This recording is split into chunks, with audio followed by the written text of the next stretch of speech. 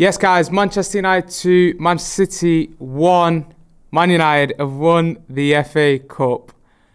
We've taken revenge for last year.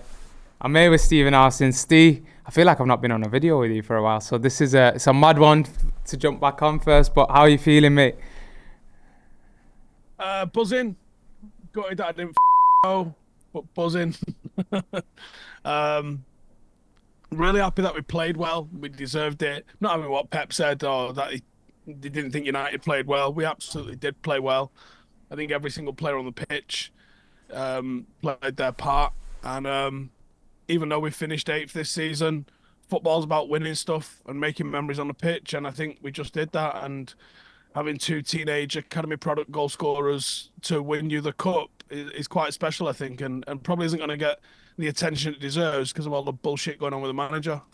Yeah, no, of course. I think that's the frustrations with what come out and sort of filtered through yesterday about the manager. You want to come into the FA Cup final with a clear mind, especially, we've seen this in the past sort of, I mentioned it to the guys earlier, but, with Paul Pogba and his whole transfer saga and BS, around Mino Raiola before the Leipzig game in the group stages. And we remember how that impacted that game. And that's just a smaller example of how much it can, sort of change what's happening. And then sort of Erik in the morning releasing that interview, through his people, they decided to release that interview in the morning, which was quite disappointing. But Manchester United, at the end of the day, have got through it. I thought, which is a good question to ask you, why wasn't this setup sort of tested throughout the season? Now, I know it's sort of a specific game that Manchester United are playing against Manchester City. They're always going to play higher up the pitch than most teams, but seeing the way he used Garnacho and Marcus Rashford to be direct and behind, and sort of Bruno and McTominay as almost double centre forwards, double midfielders there.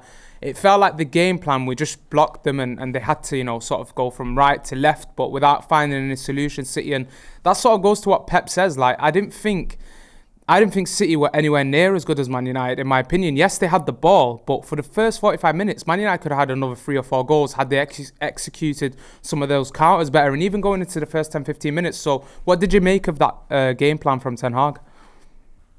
Yeah, well, in my preview yesterday, there was two things that I wanted to touch on. One was don't sit back against them and just defend the box because they basically are the best in the world at just having the ball and squeezing you when you're in that position. So I thought the best thing for us would be like a high mid block. And we saw that. We basically had a 4-2-4 short shape which started at about the halfway line. We were happy for them to have the ball in their half, and then we started to press a little bit around about the halfway line, keeping them a little bit high, and then allowed the back line to be a little bit higher than like sat right on the edge of the penalty spot, the 6-yard box, just creating a little bit of room where you could maybe expect Onana to sweep up. We didn't really see him having to do that too much, but we stopped their progress right there. The other thing that I think we should have looked at and what was effective for us was make Guardiola defend, because he's sort of become this sort of extra kind of playmaker for Manchester City in the final third. And what we saw when they eventually got their goal and when they were really putting the pressure on us was it was Doku and Vardiol that was causing the problems for us. Doku trying to go 1v1 with Wan-Bissaka, that drags in Garnacho because you'd want to be able to double up with him. And then that was leaving Vardiol sort of in the half space a little bit open. And from there, they was looking dangerous. And ultimately, the goal actually came from that side because we'd stopped doing what we were doing in the first half. Now, inevitably, you was always going to go deeper and deeper and deeper and deeper and deeper. But I thought, yeah, it was nice to see a game plan. I wonder if we haven't seen that game plan, and the only sort of evidence I've got for it is his own mouth, his own interview with Gary Neville, where he said, I want to play this way, and I'll play this way regardless of which personnel I've got. And I wonder, was the circumstances of this being a cup final where, there's no credit to like playing your way and losing today, is there? You just got to win the game. It doesn't matter how you win the game, you go and win the game. But that being said, I thought we played well and we absolutely deserved the win. I thought we were clinical when we got the ball, and I thought we allowed City to have it, apart from the last 20 or so minutes where they poured forward. I thought we allowed them to have it in areas that weren't hurting us. Yeah, and he sort of spoke about what Erik Ten Hag was saying, a couple of weeks back to Gary Neville, and I really felt that's for me where he's hurt himself this season. That stubbornness now, and I think adaptability is very important in football. Something that Eric's lacked, in my opinion, as much as I'll give him praise for what he done today, which is sort of adapting. I think in recent games we've seen him testing that stuff a little bit as well that we're seeing today with Bruno McTominay there. We've sort of seen it at Brighton, but we didn't have a great game there at all. Moving forward, obviously, moving into sort of everyone's going to want to see your thoughts of heading into next season. And now the likely situation is that he is definitely getting sacked. Because I think even seeing that reaction of him at full time and how he was responding to the interviews, what are your thoughts on, we spoke in the past probably about Kieran McKenna a few years ago, actually, interestingly, when me and you, when I was jumping on your channel doing the reviews and stuff. Do you think that he will be the one that steps in at Man United, a young manager who sort of has a hint Is about what's happening? Now? I don't know if we know that he's defo gone.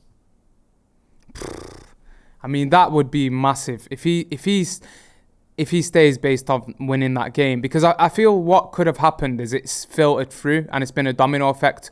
De Zerbi leaves Brighton sort of quickly try and go in for McKenna.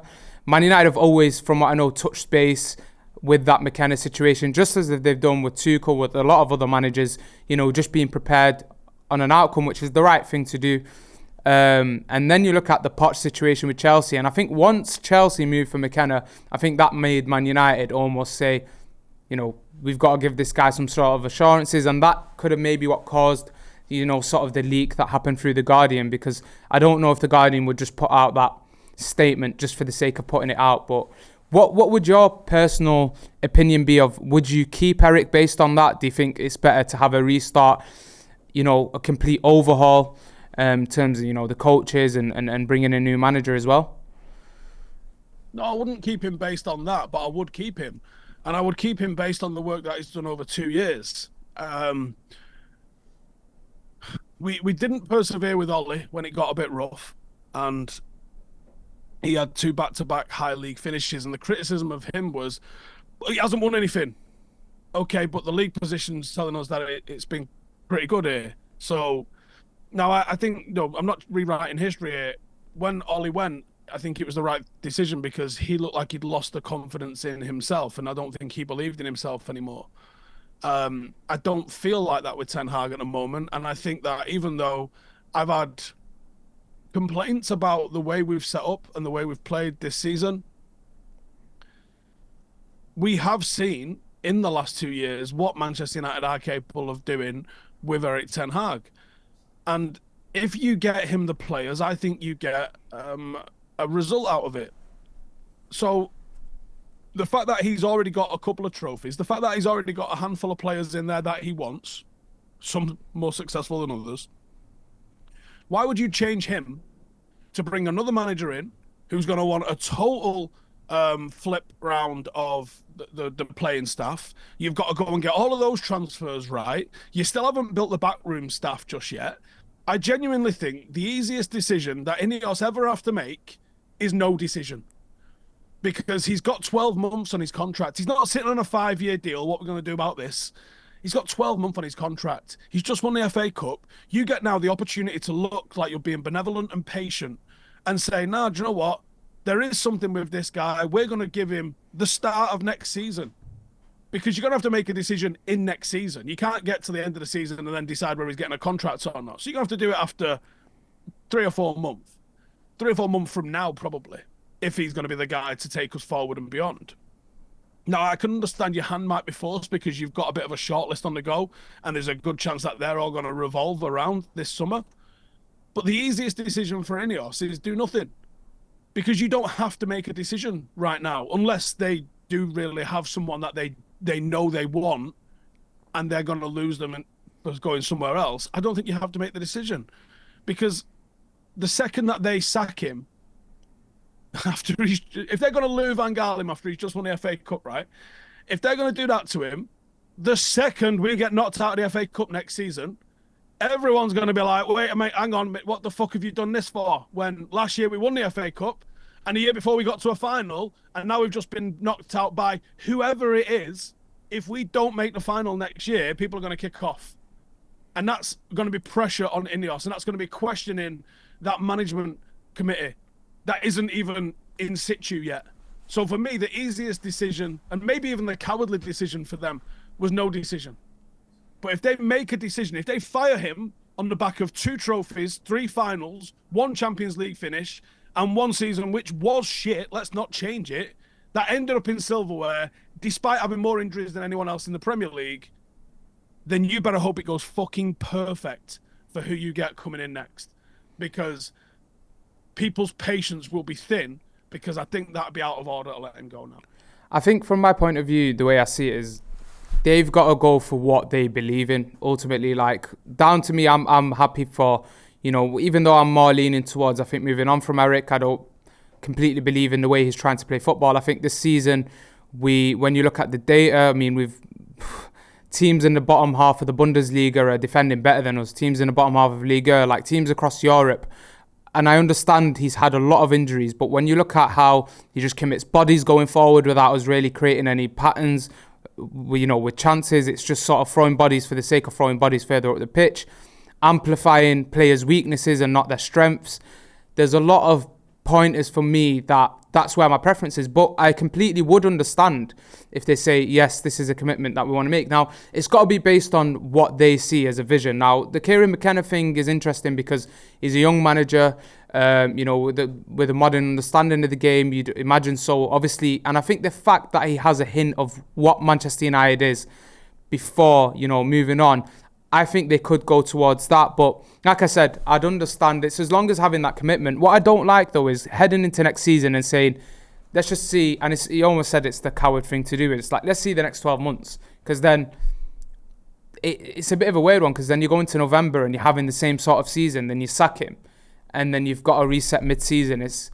Do you commit now? It means you're fully committing. Do you really believe in what Erik Ten Hag's trying to do? Do you believe in the football he's trying to play? If you don't, then he's got to go. And if you do, then you've got to fully commit. You can't just say, let's just see how it goes, and then, halfway into the season you move on. But that being said, we don't want to turn it into a negative.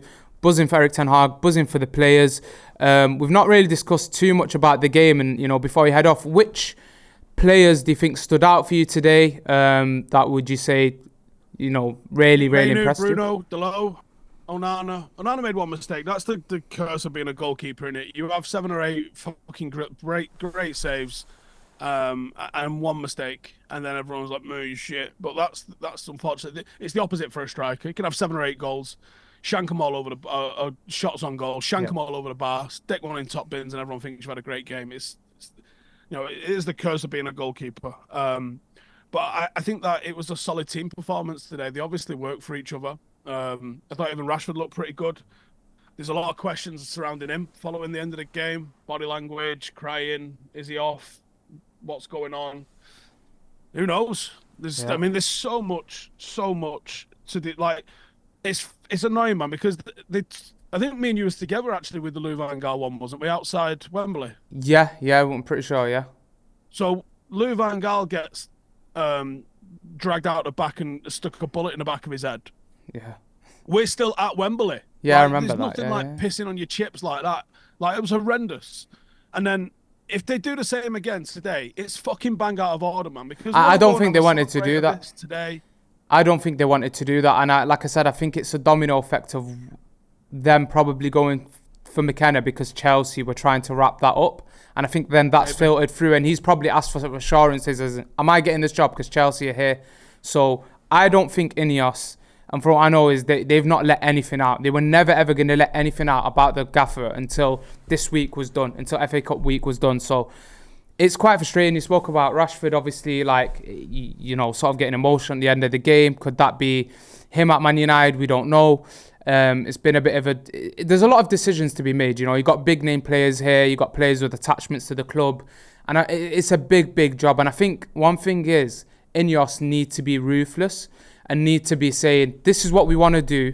We're going through this way. This is what we don't want to do. That's it, you out the door. And I think whether it's players or whether it's manager, they need to be making decisions quick. This whole Ashworth stuff, waiting for Ashworth to come in, Wilcox, Omar Barada in.